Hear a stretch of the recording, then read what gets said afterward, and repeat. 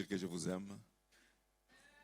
Et parce que vous êtes non seulement les compatriotes dans la nation de Christ, vous êtes aussi mes compatriotes dans la nation congolaise. Je vous souhaite bonne fête de l'indépendance.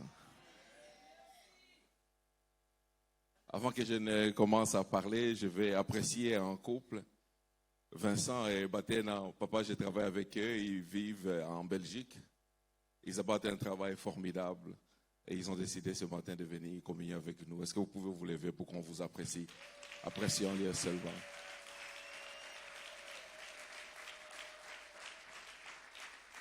Ils sont venus fêter l'indépendance avec nous, avec un chant qu'ils ont dit « Mère Congo », que vous avez vu certainement sur les plateformes de Majabou, où il est en train de parler d'un Congo imaginaire, un Congo à venir. Et ce Congo, il sera là parce que Dieu habite dans ce pays.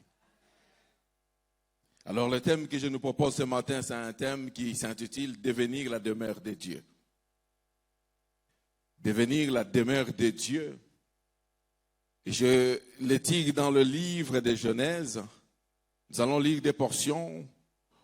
Une première portion dans Genèse 28, du verset 10 au verset 13, et nous lirons le verset 16 et le verset 17 aussi. Et nous allons lire Jean 1, le verset 47 au verset 51.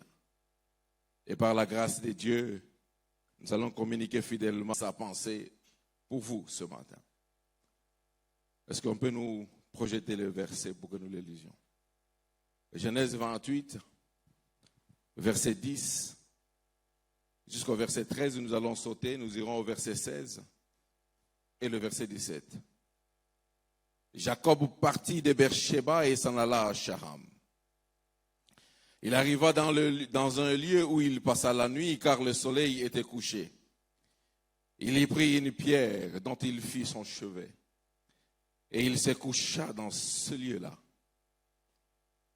Il eut un songe. Voici une échelle était appuyée sur la terre et son sommet touchait au ciel. Voici les anges de Dieu montaient et descendaient par cette échelle. Et voici l'Éternel se tenait au-dessus d'elle et dit, je suis l'Éternel, le Dieu d'Abraham, ton père, le Dieu d'Isaac. La terre sur laquelle tu es couché, je la donnerai à toi et à ta postérité. Verset 16. Jacob se réveilla de son sommeil et il dit, certainement l'Éternel est en ce lieu, et moi, je ne le savais pas. Le verset 17, il eut peur et dit que ce lieu est redoutable. C'est ici la maison de Dieu, c'est ici la porte des cieux. Jean 1, verset 47 jusqu'à 51. Jésus, voyant venir à lui Nathanaël, dit de lui, voici vraiment un Israélite dans lequel il n'y a point de fraude. D'où me connais-tu? Lui dit Nathanaël. Jésus lui répondit, avant que Philippe t'appelât, quand tu étais sous les figuiers, je t'ai vu. Nathanaël répondit et lui dit, Rabbi, tu es le Fils de Dieu, tu es le roi d'Israël. Jésus lui répondit, parce que je t'ai dit que je t'ai vu sous le figuier, tu crois. Tu verras de plus grandes choses que celles-ci. Voici les plus grandes choses qu'il verra. Voici les plus grandes choses auxquelles nous sommes appelés. Et il lui dit, en vérité, vous verrez désormais le ciel ouvert et le ange de Dieu monter et descendre sur le Fils de l'homme. Alléluia. Je suis simplement vous dire que le songe de Jacob annonçait le Fils de l'homme. Les choses que Jacob a vues, ce sont les choses que nous sommes appelés à vivre aussi. S'il a vu les anges monter et descendre, s'il a vu le ciel ouvert, nous devons voir le ciel ouvert et les anges doivent monter et descendre dans chacune de notre situations. Devenir la demeure de Dieu, c'est un thème qui est développé dans la parole de Dieu. On parle de la maison de Dieu. On parle de l'habitation éternelle de Dieu. Dieu n'habite pas seulement dans le ciel, il habite aussi sur la terre au travers de toi et de moi. Autrefois, il a vécu par Jésus, qui était le tabernacle de Dieu sur la terre, mais ce n'était pas le but final de Dieu. Le but final de Dieu, c'est que nous vivions, nous, toi et moi, nous vivions comme le tabernacle de Dieu. Alléluia. Dans ce texte, on parle de la maison de Dieu. On parle de l'échelle. On parle des anges. On parle des portes des cieux. On parle de plusieurs choses. Mais comment est-ce que cela s'applique à notre vie? Comment est-ce que cela s'applique à notre vie? Dans ce texte que nous avons lu de Genèse, il y a plusieurs choses qui doivent attirer notre attention. La première chose qui attire notre attention, c'est la présence insoupçonnée de Dieu. David dit, Dieu était là, mais moi je ne le savais pas. La deuxième chose qui doit attirer notre attention, c'est que lorsque nous sommes dans la maison, nous opérons toujours sous un ciel ouvert. Et la troisième chose, c'est que la maison de Dieu, c'est les portes des cieux. Et nous devenons la passerelle. Ça, c'est la quatrième chose. Nous devenons la passerelle. Pour besoin, c'est une matière abondante qui mérite tout un séminaire, mais je vais aborder les deux premiers points. Seulement aujourd'hui. La présence insoupçonnée de Dieu. Et je vais aborder le ciel ouvert. Bien-aimé, chaque jour que tu te lèves et que tu sais que tu es la maison de Dieu, il y a une chose pour laquelle tu ne peux pas prier, c'est qu'on ouvre le ciel parce que le ciel est déjà ouvert. Ce matin même, pendant que je suis en train de parler, parce que je sais que je suis la demeure de Dieu, le ciel est ouvert sur moi. Je ne suis pas venu opérer aujourd'hui sous un ciel fermé, je suis venu opérer ce matin sous un ciel ouvert. D'ailleurs, le ciel est ouvert sur chacun d'entre nous, du nouveau croyant jusqu'à l'ancien croyant. Le ciel est ouvert parce que nous sommes la demeure de Dieu. Alléluia. Nous avons tellement de capacités, nous ne sommes pas qu'un homme. Moi, je ne suis pas qu'un homme. Je suis plus que cela. Je suis la demeure, le tabernacle de Dieu. Est-ce qu'il peut en dire autant de toi? Tu n'es pas simplement un homme. Tu n'es pas simplement une femme. Tu es plus que cela. Mais le problème, c'est que tu as l'information que tu es l'enfant de Dieu, mais tu n'as pas la révélation que tu es l'enfant de Dieu. Nous avons tous chaque jour l'information que nous sommes enfants de Dieu. Nous disons, je suis enfant de Dieu. Nous les crions, nous les chantons même. Mais nous ne savons pas ce que cela veut dire être enfant de Dieu. Et c'est être la demeure de Dieu. C'est avoir la même autorité que Christ a à la droite de son Père. C'est ça que nous sommes.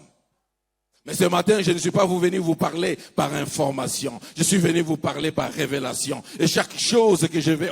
pourquoi je vais parler par révélation? Parce que l'homme qui a la révélation, il parle comme Dieu. Et chaque chose que je vais déclarer ici, c'est comme si Dieu lui-même l'a déclaré. Parce que j'ai la révélation de qui je suis. Soyez très attentifs. Ce sera un enseignement, mais ce sera très prophétique. Je vais déclarer des choses que moi-même, je ne connaîtrais pas que je les ai déclarées parce que ce n'est pas moi qui les déclare, parce que Dieu habite en moi. La présence insoupçonnée de Dieu. Dans Genèse 28, verset 16, Jacob dit, « L'Éternel est en ce lieu et moi, je ne le savais pas. » L'Éternel était ou est en ces lieux et moi, je ne le savais pas. Cela veut dire qu'il est possible que nous soyons dans la maison de Dieu et que nous ne puissions pas savoir que nous sommes dans la maison de Dieu. Cela veut dire qu'il est possible que nous soyons en présence de Dieu et que nous ne soyons pas conscients que nous sommes dans la présence de Dieu. Bien-aimé, pour chaque chrétien qui est né de nouveau, le fait d'ignorer la présence de Dieu ou d'avoir tout simplement la présomption de la présence de Dieu, c'est une offense. Alléluia. Parce que Dieu, lui, il est là. Jacob quitte la maison de son père, où Abraham a rencontré Dieu, Isaac a rencontré Dieu. Il quitte la maison de son père avec une idée qu'il a laissé Dieu dans la maison de son père. Dans la traduction de l'époque, les gens, quand ils quittaient leur maison, ils avançaient avec l'idée qu'ils ont laissé Dieu dans leur maison. Mais lorsque Jacob arrive à Charam, il n'avait pas soupçonné que Dieu était là, parce que dans sa pensée, Dieu était resté dans sa maison. Mais ce jour-là, il a eu la révélation, quel que soit le lieu où il va, Dieu est avec lui. Oh bien-aimé, Dieu, il n'est pas seulement à l'église, il n'est pas seulement à la maison, il vient avec nous partout où nous sommes, parce que nous sommes son tabernacle. Il est possible que nous vivions notre vie chaque jour en train de nous demander si Dieu est là. Oui, Dieu est là. Le problème, c'est que nous ne le savons pas. Alléluia. Le problème, c'est que nous ne le savons pas. Jacob, il est venu en ces lieux. Il ne voulait pas aller en ces lieux. Ces lieux, c'était un passage obligé. Il devait aller chez son oncle, mais il devait passer par là.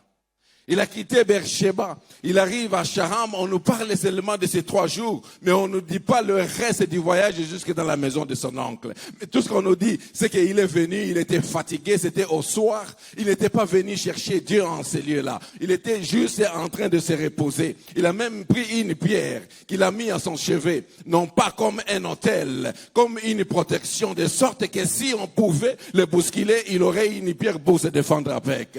Oh, laisse-moi te dire, les petites choses que Dieu a mis dans ta vie pour te protéger deviendront l'autel que tu vas établir pour Dieu. Parce que dans ta situation, il sera sur le point de te dire que moi je suis présent. Je ne suis pas resté dans la maison de ton père. Je ne suis pas resté en chemin. Moi je ne me fatigue pas en marchant. Si toi tu te fatigues, moi je ne me fatigue pas. Dieu marche avec toi, que tu es en ville, que tu es à l'hôpital, peu importe où tu te trouves, Dieu est avec toi.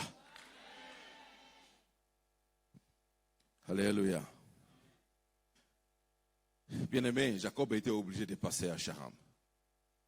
Il y a des situations par lesquelles tu es obligé de passer. Il y a des endroits où tu vas parce que tu y es obligé. Mais ne commets pas l'erreur de penser que Dieu n'est pas avec toi dans cette situation. La plus grande erreur que nous commettons lorsqu'on nous insulte, lorsqu'on nous bouscule, lorsque dans la famille nous sommes mal aimés, Dieu t'y a obligé là. Parce que c'est là où il va se révéler qu'il est ton Dieu. Parce que la promesse de ta vie, Jacob a rencontré Dieu 5 fois dans sa vie. Mais la première fois, c'était la meilleure. C'était la seule fois où il savait. Même quand il allait dans la maison de son oncle, il serait toujours avec Dieu. Figurez-vous que Jacob se trouve à cet endroit parce qu'il fuit son frère. Il venait de poser une action incorrecte, l'usurpation. Il a fui la colère de son frère. Mais Jacob, lorsqu'il rencontre Dieu, Dieu n'est pas en train de lui dire, toi tu viens de voler, toi tu es non, il l'appelle Jacob, c'est moi l'Éternel. Dieu n'est pas occupé par les petites choses de ta vie. Il est occupé par ce qu'il veut faire dans ta vie. Mais il veut que tu aies à conscience qu'il est là. Il est là. Il est là dans ta situation. Il est là. Dis-moi quel est ton problème et je te dirai qu'il est là et il a une promesse pour toi. Alléluia. Vous savez, le moment où j'ai rencontré le plus Dieu, c'est dans les moments de détresse. 2022, j'ai prié 27 jours. Je n'ai prié. Et je crois que j'ai eu une dose. Maintenant, là, j'ai plus que l'assurance que même quand je parle, Dieu exécute. Vous savez, vous arrivez, quand vous êtes là, dans cette dimension avec Dieu, il fait des promesses qu'il est obligé d'exécuter. Il dit, je serai avec toi jusqu'à ce que je te retourne dans la maison de ton père. Oh, je suis en train de dire à quelqu'un, Dieu est avec toi dans sa situation, jusqu'à ce que tu retournes dans ta destinée. Oh, tu es en dehors de ta destinée, mais Dieu est en train de dire à quelqu'un ce matin, je suis avec toi, jusqu'à ce que je te retourne dans la droite droit chemin de ta destinée. Oh, ta destinée n'est pas perdue. Elle est exactement là où Dieu la veut. C'est toi qui es un peu perdu. Mais Dieu vient te dire ce matin, dans le chemin vers ta destinée, moi je serai avec toi et je t'y amènerai. Alléluia. Bien-aimé, il ne faut jamais ignorer ou avoir seulement la présomption. Vous savez, moi je suis un financier. Lorsque nous faisons des budgets, nous faisons ce qu'on appelle, nous avons des hypothèses. On dit, le taux d'échange va être à ce taux, la production va aller, ce sont des hypothèses. Mais ne fais pas les hypothèses avec Dieu. Aie la certitude avec Dieu. Dieu, il n'est pas dans l'accroissement du taux d'échange. Dieu, il n'est pas dans la conjoncture économique. Il n'est pas dans la conjoncture sociale. Il n'est pas dans la conjoncture politique. Il est au-dessus de toutes ces choses. Lui, il n'est pas impressionné par les choses qui t'impressionnent. Parce que les choses qui t'impressionnent, c'est le boulevard que Dieu va utiliser pour venir à toi. Oh, je suis en train de dire à quelqu'un, les choses qui te font peur, c'est l'escalier que Dieu utilise pour venir à toi. Dis-moi qu'est-ce qui te fait peur, parce qu'il y a un escalier qui est dans le ciel, qui est assis sur la terre, sur lequel Dieu va envoyer les anges. Ils vont descendre pour venir déposer les tâches et ils vont monter quand ils ont fini les tâches. Est-ce que vous êtes là? Est-ce que tu veux devenir la demeure de Dieu? Tu peux vouloir beaucoup de choses, mais il y a une chose que tu dois vouloir en première, c'est que tu sois la demeure de Dieu. Alléluia. Bien-aimé, il ne faut pas avoir seulement un soupçon de la présence de Dieu. Bien souvent, nous avons seulement une appréhension de la présence de Dieu. Bien souvent, c'est possible que Dieu... Non, Dieu n'est pas dans les possibilités. Dieu n'est même pas dans les opportunités. Dieu est dans la certitude de sa présence. Alléluia. La chose qui t'empêche de voir ce que Dieu est sur le point d'accomplir chaque jour dans ta vie, c'est la présomption de sa présence. C'est l'hypothèse que tu as de la présence de Dieu. Jacob a eu peur. Il a dit, Dieu est en ces lieux, mais moi, je ne le savais pas. Dieu est ce matin en ces lieux. Je ne suis pas en train de parler par information. Je parle par révélation. Parce que ma Bible me dit, dans Matthieu 28, versets 18 à 20, j'aime bien la conclusion. Il dit, je suis avec vous tous les jours jusqu'à la fin du monde. Il n'a pas dit que je suis avec vous quand vous avez mangé. Il ne dit pas que je suis avec vous quand vous avez des enfants. Il ne dit pas que je suis avec vous quand vous avez un bon boulot. Je suis avec vous quand vous avez le visa. Il ne dit pas ça. Il dit tous les jours, les bons et les mauvais jours. Je suis avec vous jusqu'à la fin du monde. Je ne suis pas en train de parler par information. Je suis en train de parler par révélation. Parce que les hommes qui parlent par révélation, ils parlent comme Dieu.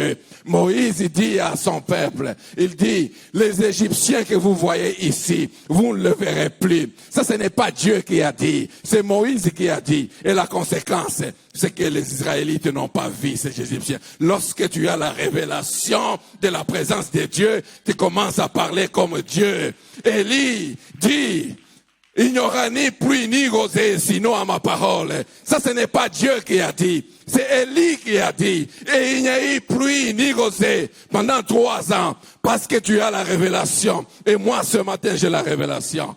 J'ai la révélation. La maladie qui t'agace, tu ne la sentiras plus au nom de Jésus. Oh, j'ai la révélation ce matin. J'ai la révélation. La situation qui te terrasse, tu ne la connaîtras plus au nom de Jésus. Oh, je suis en train de parler à quelqu'un qui a la révélation. Est-ce que tu peux déclarer pour ta vie?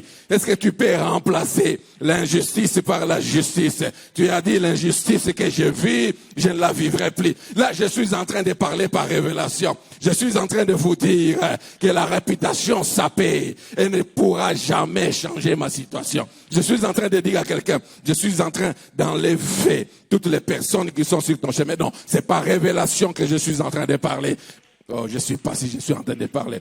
Je suis en train de parler à une famille disloquée. La dislocation, ça ne sera plus le partage de votre famille. Là, je parle par révélation parce que Dieu accomplit la parole de ses serviteurs. Je suis en train de dire à quelqu'un, les pleurs que tu connais maintenant, je les arrête et je te donne les pleurs de joie. Au nom de Jésus, je vais parler à quelqu'un. Le mot de tête que tu sens maintenant, je les arrête. Oh, je suis en... Est-ce que tu peux déclarer pour ta vie? Est-ce que tu peux dire des choses pour ta vie? Est-ce que tu peux dire des choses pour ta vie? Est-ce que tu peux... Celui qui a la révélation, arrête les concubinages.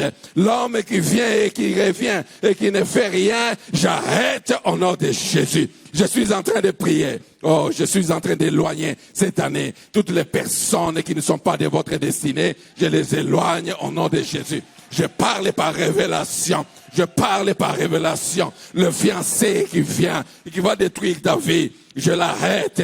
Tu commences à sentir la lourdeur dans ton cœur. Tu sens la lourdeur. Soudainement, tu l'aimes, tu sens. Oh, je parle par révélation.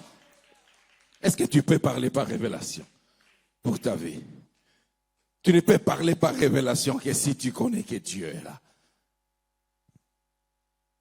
Ceux qui ont la révélation, ils ont déjà compris que l'atmosphère est en train de changer.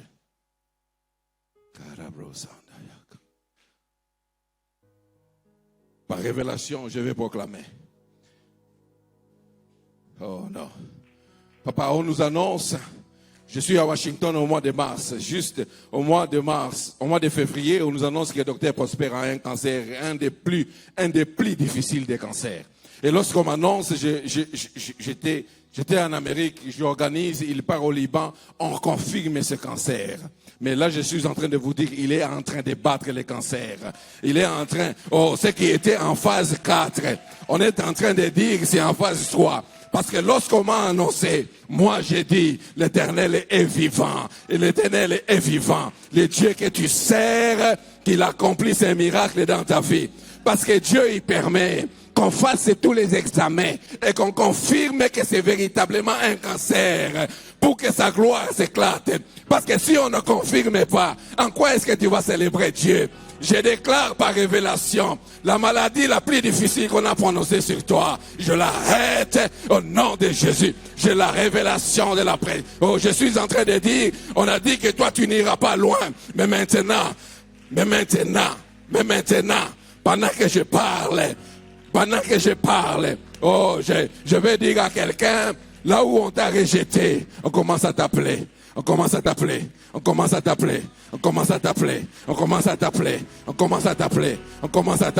Oh, je suis en train de déclarer ces choses, non pas par l'information, parce que je sais que le Dieu que j'enseigne ce matin, il accomplit. Bien-aimé, il faut que tu aies l'habitude de déclarer par révélation des choses dans ta vie.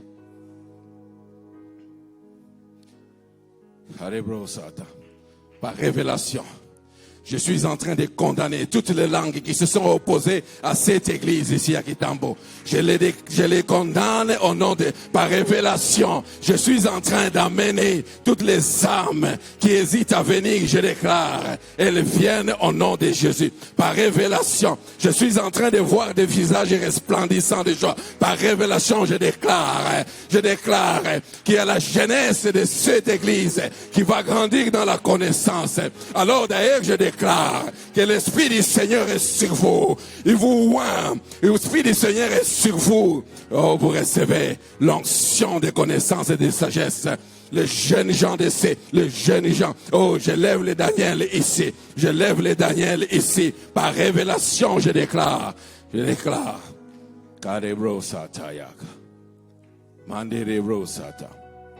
Alors si les politiciens peuvent donner des promesses, mais notre Dieu, il ne donne pas des promesses, il donne des réalisations. La promesse de Dieu, c'est déjà réalisé. Ce qu'il dit est déjà fait. Je ne sais pas combien de temps tu vas avoir la révélation. Je vais rester là parce que c'est encore un fardeau. Je ne sais pas quand est-ce que tu vas avoir la révélation de la présence de Dieu dans ta vie.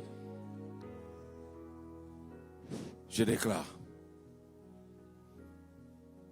Et je proclame que ce que tu fais qui tombe et qui recommence,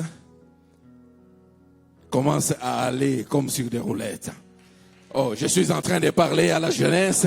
Je vous dis, si vous n'avez pas la clairvoyance, maintenant je déclare par révélation et par foi, recevez la clairvoyance dans tous les domaines de vos vies. Au nom de Jésus, je déclare que nul ne va résister devant vous. Personne. Maintenant, il vous donne une parole de sagesse, une parole de puissance. Lorsque vous parlerez, ils entendront et ils réaliseront. Je suis en train de parler à quelqu'un, ma sœur. Je suis en train de déclarer ce voyage qui a fait 20 ans, dont le mari est toujours en Europe. Je suis en train de déclarer qu'il est à toi et tu iras rejoindre ton mari. Par la foi, je déclare.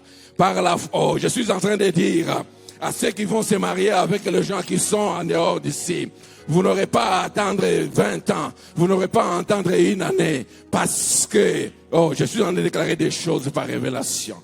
Par révélation, je suis en train de déclarer ces choses par révélation. Alléluia. Dieu, moi je sais que tu es là. Je sais que tu es là. Je sais que tu es là. Ma peur, ce n'est pas le fait que je te découvre, c'est le fait que tu vas faire des choses qui vont me dépasser. La deuxième chose la plus importante que nous voyons dans ce texte, c'est un ciel ouvert. Un ciel ouvert. Un ciel ouvert. L'autre chose très importante, à propos de la maison de Dieu, de la demeure de Dieu, c'est qu'elle fonctionne toujours sous un ciel ouvert. Alléluia. Ce soir ou ce matin, nous n'avons pas besoin de prier, d'entrer en intercession pour que le ciel s'ouvre, parce que le ciel est déjà ouvert. Le ciel est ouvert déjà lorsque le Seigneur Jésus est descendu, la colombe est descendue. Le ciel est resté ouvert parce que le tabernacle de Dieu était sur la terre. Alléluia.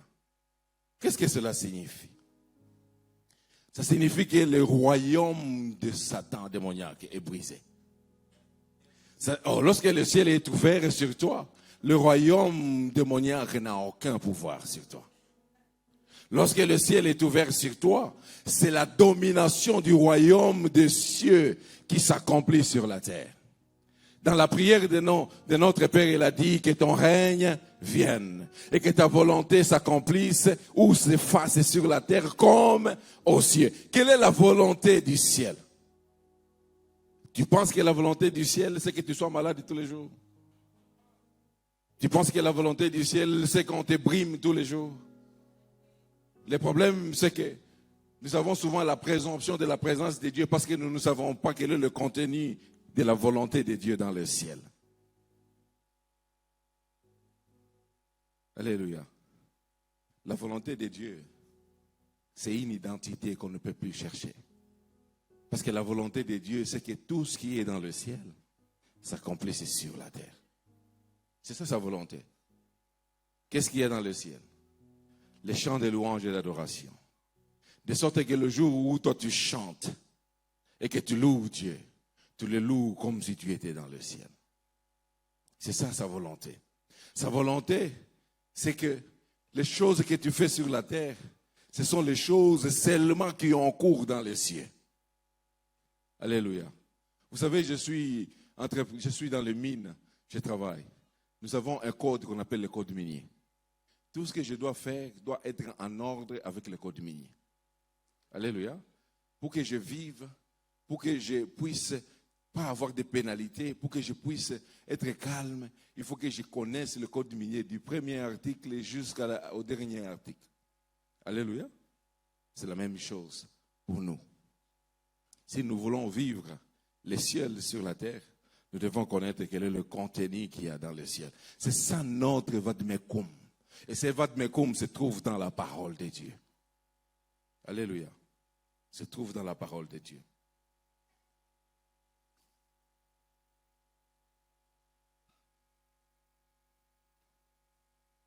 Le ciel est ouvert. Qu'est-ce que la parole de Dieu nous dit au sujet de ce ciel qui est ouvert? Il nous dit qu'il y a une échelle qui touche la terre et qui s'appuie dans le ciel. D'accord? Mais pour que les anges montent et descendent, il faut que le ciel soit ouvert. Pour que nous vivions le miracle. En avons-nous jamais prié ici dans cette église et que quelqu'un reçoive un miracle, une guérison? C'est déjà arrivé. Mais ce n'est pas possible que ça arrive si le ciel n'est pas ouvert. Parce que les anges qui montent et qui descendent, ils viennent accomplir les tâches pour Dieu en notre faveur. Le Seigneur Jésus, quand il parle avec Nathanaël, il lui dit ce qu'il est. Il lui dit qu'il a vu au figuier. Mais Nathanaël lui dit, mais Rabbi, tu es le Fils de Dieu. Jésus lui dit, c'est parce que tu as entendu. Je t'ai dit ce que tu ne savais pas, que tu as accepté. Mais j'aime bien la conclusion. Il a dit, il y a des choses terribles que tu dois voir. Ces choses terribles, c'est quoi? Des choses seulement. Un, il n'a pas dit qu'il y a les miracles qui vont se produire.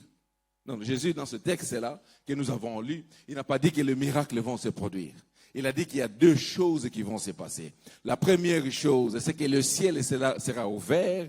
Et la deuxième chose, c'est que les anges de Dieu vont descendre et monter sur le Fils de Dieu. Mais si moi, je suis le co-héritier du Fils de Dieu, donc les anges descendent et montent sur moi aussi.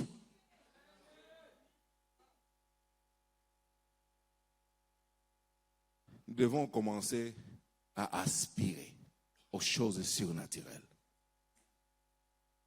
Parce que ces gens, je n'ai pas besoin de les prier. Je n'ai pas besoin de faire comme les prophètes. L'ange de Dieu avec lequel je travaille, tu ne peux pas travailler avec l'ange. Lui, il descend juste pour venir opérer le ministère de Dieu sur toi. Alléluia. Bien-aimé, pendant que je suis en train de parler ici, le ciel est ouvert. Il n'est pas ouvert seulement sur moi. Il est ouvert sur chacun d'entre nous. Oh, pendant que je suis en train de parler, là, maintenant, vous commencez à sentir une atmosphère qui change. Moi, je le sais. C'est parce que c'est comme ça. Je n'ai pas besoin de le sentir parce que c'est ça. C'est ça qui se passe là, maintenant. Je suis en train de parler à une personne de révélation. Il va commencer à avoir les oreilles qui bourdonnent maintenant. Pourquoi? Parce que les anges sont en train de descendre maintenant. Le ciel est ouvert. Et Dieu est en train d'accomplir ce qui est bon pour toi.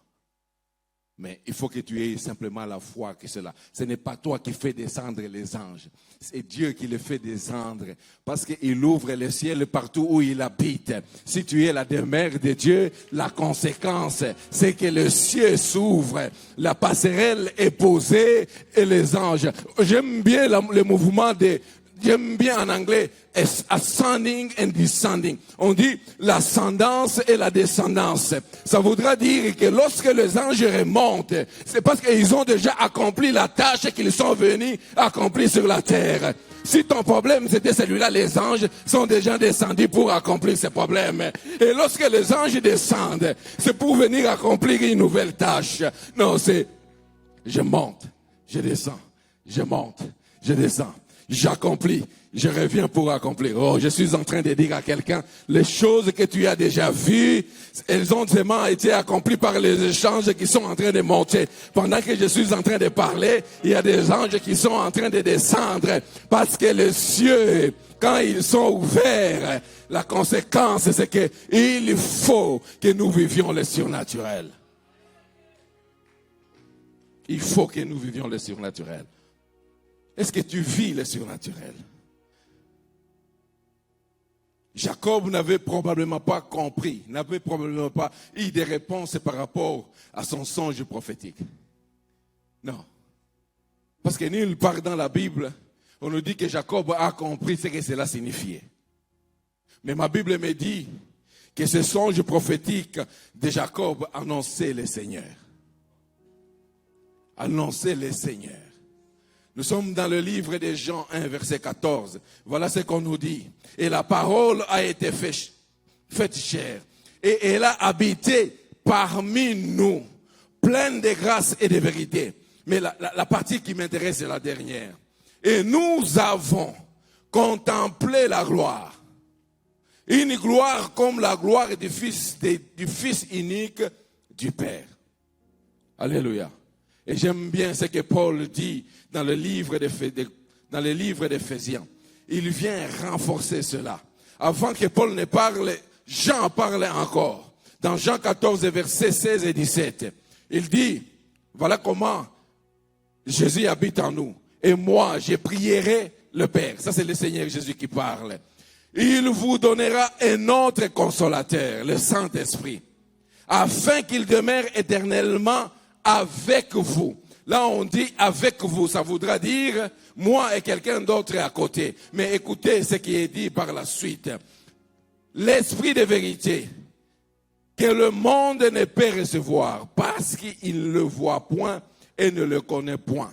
Mais vous, toi et moi, vous le connaissez, car il demeure avec vous, mais ce n'est pas seulement avec vous, et il sera en vous.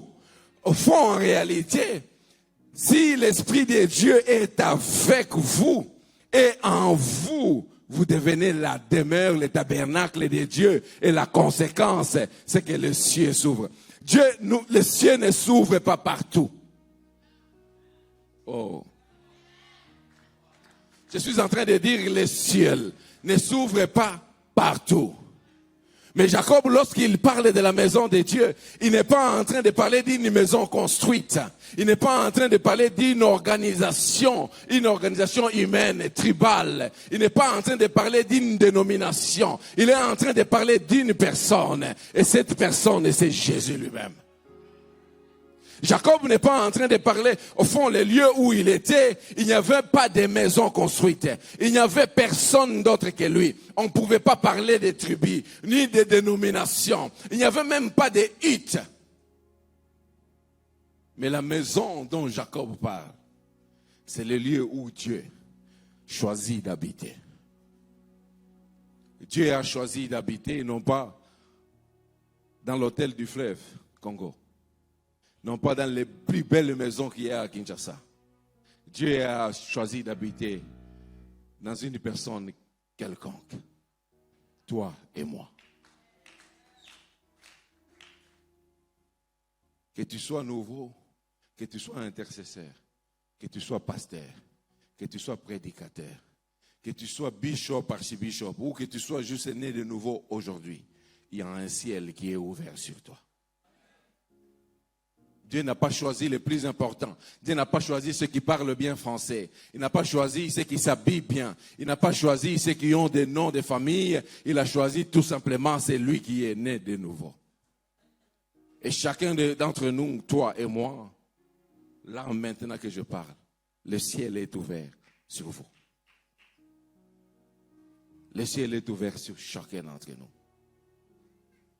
Oh, le ciel est ouvert sur chacun d'entre vous.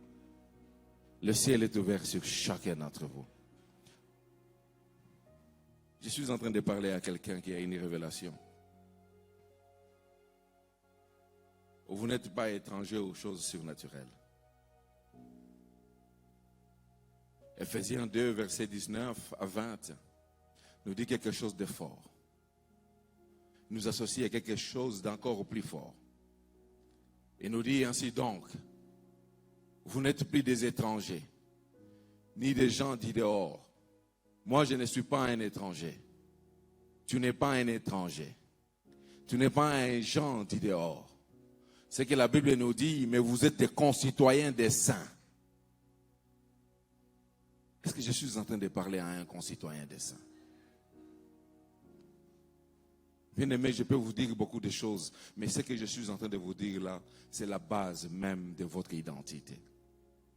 C'est le cœur même de votre identité. Gens de la maison de Dieu. J'aime bien la fin. Vous avez été édifiés sur le fondement des apôtres et des prophètes. Jésus-Christ lui-même étant la pierre angulaire. On nous dit maintenant, en lui, tout l'édifice bien coordonné s'élève pour être un temple saint dans le Seigneur. Mais j'aime bien le verset 22. En lui, vous êtes aussi édifiés pour être une habitation de Dieu en esprit. La même Bible dans la parole version parole vivante, elle dit quelque chose d'encore plus formidable. À partir du verset 21. C'est en lui que toute la construction s'élève harmonieusement. Chaque pierre s'adaptant parfaitement à ses voisines.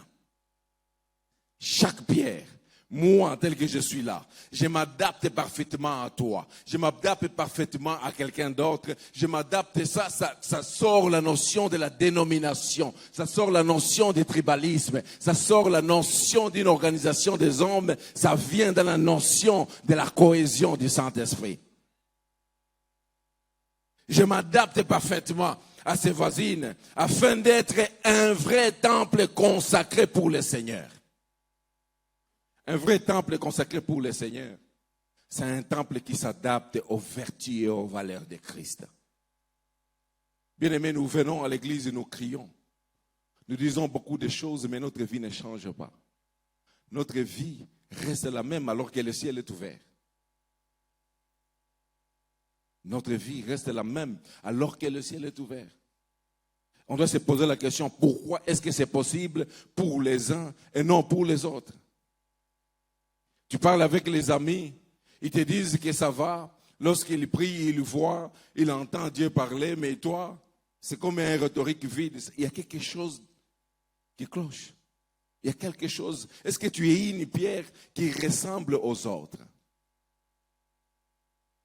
Parce que si Jésus est la pierre angulaire, il va falloir qu'on les touche pour que le bâtiment soit solide. Et lui, il est là pour solidifier le bâtiment, mais nous devons être conformes. Voyez-vous, une qui s'assemble avec une autre, il faut qu'il y ait le point d'ancrage. Mais nous n'en avons pas aujourd'hui à l'église. Pasteur Ambroise a parlé de deux choses. Lorsqu'il est en train de modérer, il a parlé de l'unité. Mais il a parlé aussi des portes d'enfer pour l'église. Alléluia. Mais les portes d'enfer sont en action, et en action, fortement en action dans l'église. Pourquoi? Parce que nous ne travaillons pas comme des pierres qui ont des points d'ancrage les unes les autres. Vous savez, lorsque je suis à l'extérieur, j'ai un recul. Je ne vois pas seulement la comptabilité que j'ai fait ou mon travail. Je parcours l'église. Je parcours tout ce qui est prêché à l'église. À l'église, aujourd'hui, on ne nous prêche pas que nous devons demeurer la maison de Dieu. On nous prêche toutes les choses que nous devons obtenir. On nous prêche la spiritualité la plus puissante. Il n'y a pas de spiritualité puissante en dehors de la maison de Dieu, en dehors de la présence de Dieu, en dehors du ciel. Au fond, je n'ai aucune autorité en dehors de celle que la Bible me donne. Personne, ni le pasteur, ni personne n'a aucune autorité en dehors de ce que la Bible nous donne. Mais l'autorité que Dieu me donne, c'est que la même autorité que lui dans les cieux. Il continue en disant, pour votre union avec le Christ, vous avez été intégrés à ces sanctuaires. Vous avez été, est-ce que vous comprenez ce que ça signifie intégrer? Alléluia. Est-ce que vous comprenez ce que ça signifie intégrer? Intégrer. Autrefois, tu n'étais pas important. Cette table ici, elle est complète. D'accord? Pourquoi? Parce qu'on a intégré les parties. Est-ce que vous comprenez? Donc, ce que Christ a fait, lui, il est complet, mais il a pris chacun d'entre nous et il nous a intégrés à lui. C'est ce que Jésus-Christ fait de nous. Le ciel est ouvert et nous devenons l'église, nous devenons la porte des cieux. L'église, nous avons le pouvoir, les racheter. L'église, nous avons exactement la même autorité que Christ à la droite du Père. Mais le problème, c'est que nous n'avons pas la révélation de ces choses. Mais nous avons l'information. Faites très attention à ce que vous entendez sur Internet. Sur Internet, on vous enseigne aujourd'hui des doctrines des démons. On vous enseigne aujourd'hui, Genèse, on les transforme. Avant Ève, il y avait quelqu'un d'autre.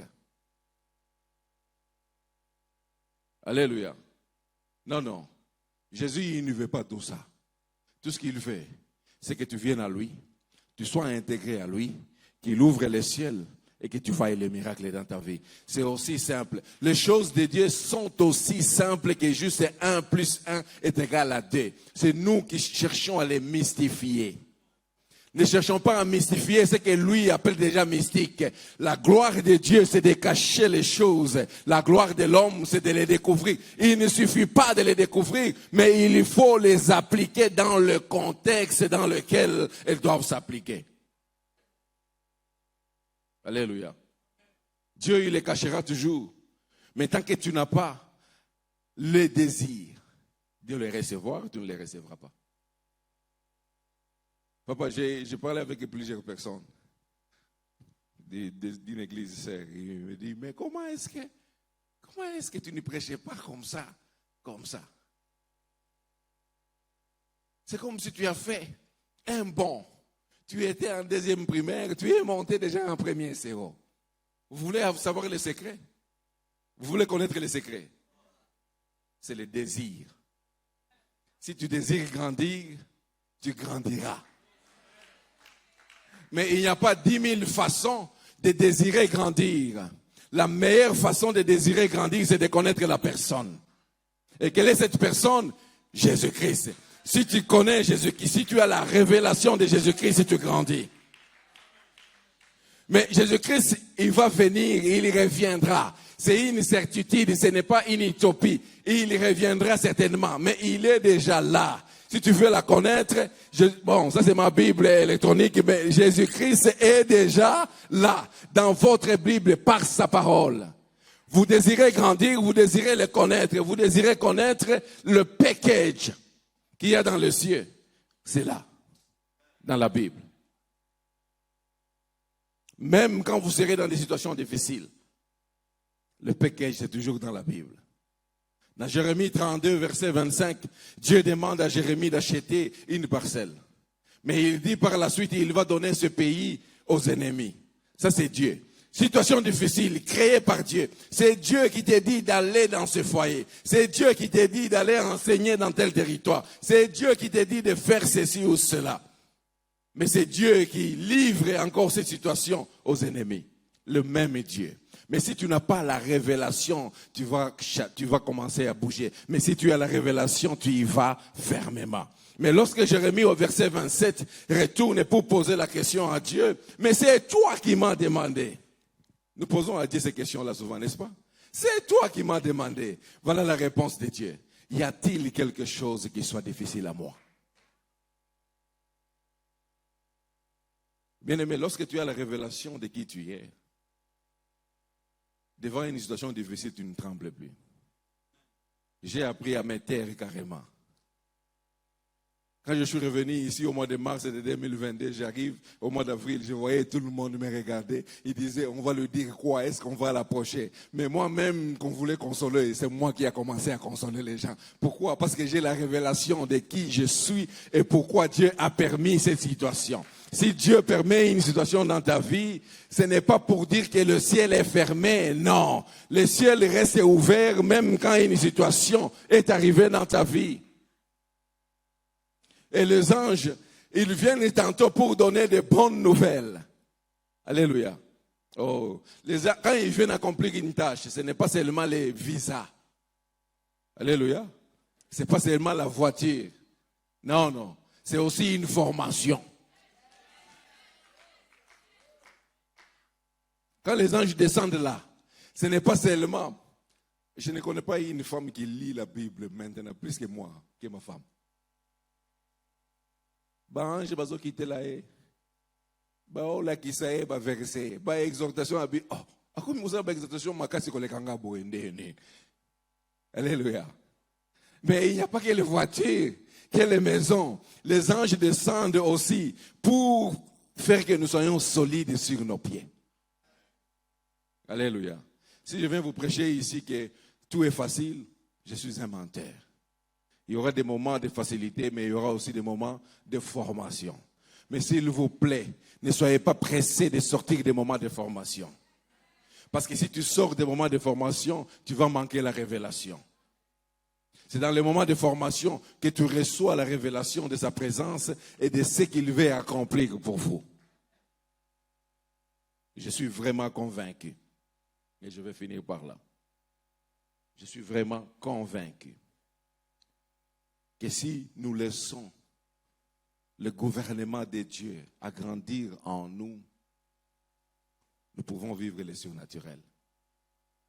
Je veux dire à quelqu'un, Dieu est en train de prendre maintenant que je parle ces clics et ces claques. Dans ces clics et ces claques, il y a la guérison. Dans ces clics et ces claques, il y a la liberté. Dans ces clics et ces claques, au fond, quand Moïse consacre le temple, Dieu vient habiter dans le temple. Et lorsque nous consacrons le temple, le tabernacle que nous sommes, Dieu prend son fauteuil, il l'aménage dans notre vie. Est-ce que vous comprenez ce que cela signifie aménager? Lorsque nous avons aménagé ici, qu'est-ce que nous avons fait? Nous avons amené une chaire, nous avons mis les micros, nous avons mis tout ici à l'église. Mais comprenons un mensonge que Dieu aménage dans vous, qui est sa maison. Il amène le fauteuil, il amène les lits, il amène à manger, il amène le frigo, il amène le congélateur, il amène tout ce qui est nécessaire pour vous. Il amène aussi la formation d'utilisation. Il amène aussi le manuel d'utilisation de la télé qui n'a jamais encore été produite. Oui, parce que lorsqu'il vient dans ta vie, il amène aussi des domaines qui n'existent pas encore. Si ce domaine existe, il amène encore des domaines que toi tu n'as pas encore vus. Mais par moment, il amènera les manuels d'utilisation.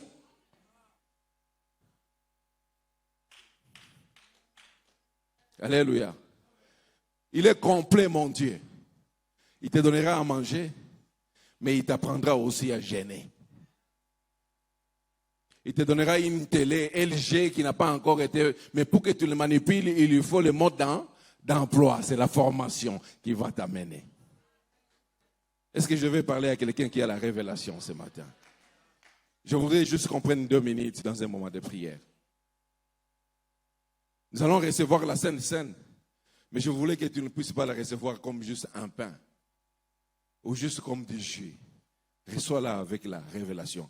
Quelle est la volonté de Dieu dans son corps et dans son sang? C'est qu'il apporte la guérison, qu'il apporte. Au fond, moi, quand je prends ces pains-là, je ne les prends pas seulement le pain qu'on a acheté en Mino au Congo.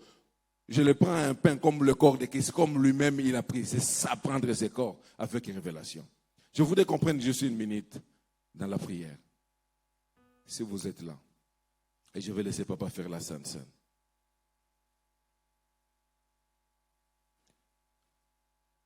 Je voudrais que tu regardes ta vie. Et je voudrais que tu te poses une simple question. Est-ce que je suis la demeure de Dieu? Est-ce que je suis la demeure de Dieu? Dès que tu as répondu à cette question,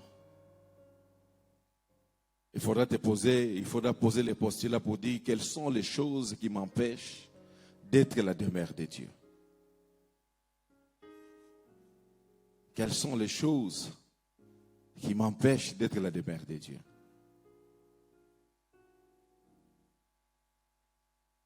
Quelles sont les choses qui m'empêchent d'être la demeure de Dieu? Quelles sont ces choses? Est-ce la colère? Est-ce la comparaison? Est-ce la convoitise? Est-ce la haine? Est-ce le manque de pardon? Est-ce qu'il y a le manque de confiance en soi? Quelles sont ces choses? Est-ce le doute, le manque de foi? Quelles sont ces choses qui t'empêchent d'être la demeure de Dieu? Sachant que si tu es la demeure de Dieu, il y a la présence de Dieu. Si tu es la demeure de Dieu, le ciel s'ouvre. Si tu es la demeure de Dieu, les anges descendent et montent pour accomplir des tâches et amener de nouvelles tâches. Je voudrais que tu pries dans ton cœur et que tu dises, Seigneur, voici ces choses qui m'empêchent de devenir ta demeure. Je vais redevenir ta demeure. Je veux que les cieux s'ouvrent au-dessus de moi. Je vais vivre les surnaturels. Je vais vivre les surnaturels. Je vais avoir la révélation de mon identité.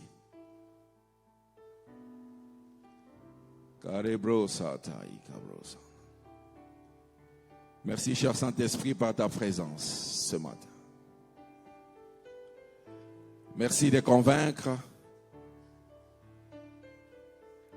Merci, nous sommes dans ta présence. Nous croyons, nous avons la foi, la certitude que le ciel est ouvert ce matin. Karebro Satay. Manderebro Satay. Kerebro Satay.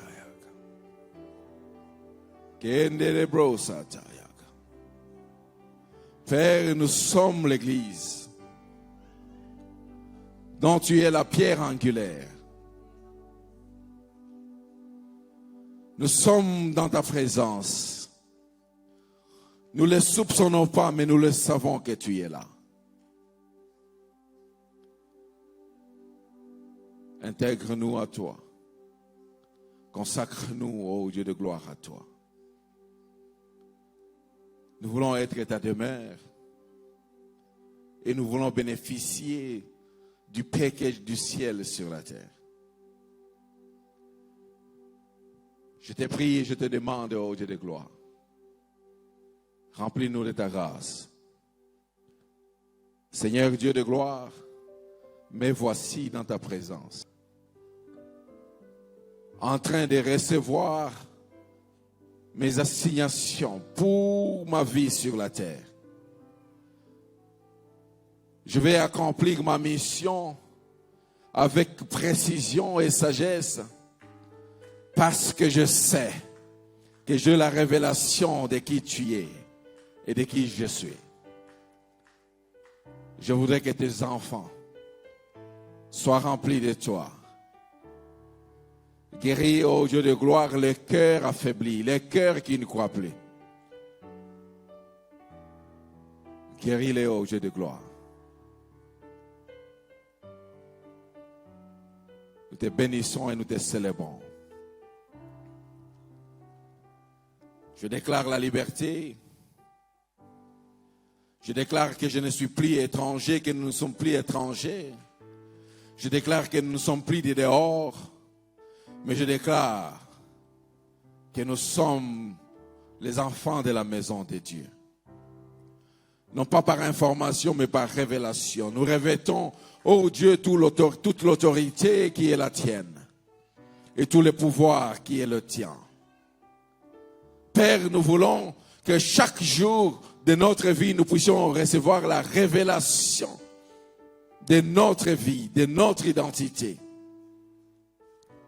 Parce que nous voulons t'amener partout où nous sommes.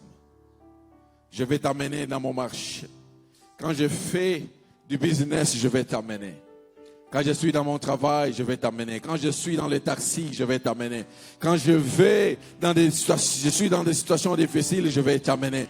Père, je ne veux pas être bousculé. Je ne veux pas être bousculé par les situations, mais je vais avoir l'assurance que tu es là.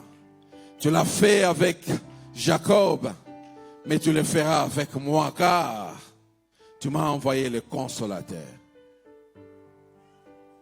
Je prie et je déclare que nous sommes ta demeure. Nous sommes ta maison.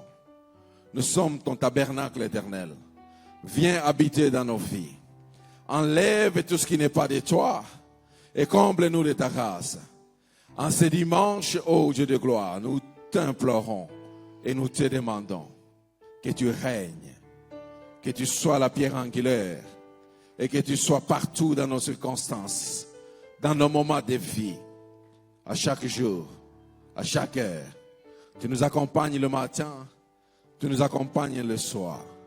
Tu nous accompagnes quand nous sommes avec les gens. Tu nous accompagnes quand nous sommes seuls. Nous voulons demeurer dans ta présence en toutes circonstances. Au nom de Jésus. Amen.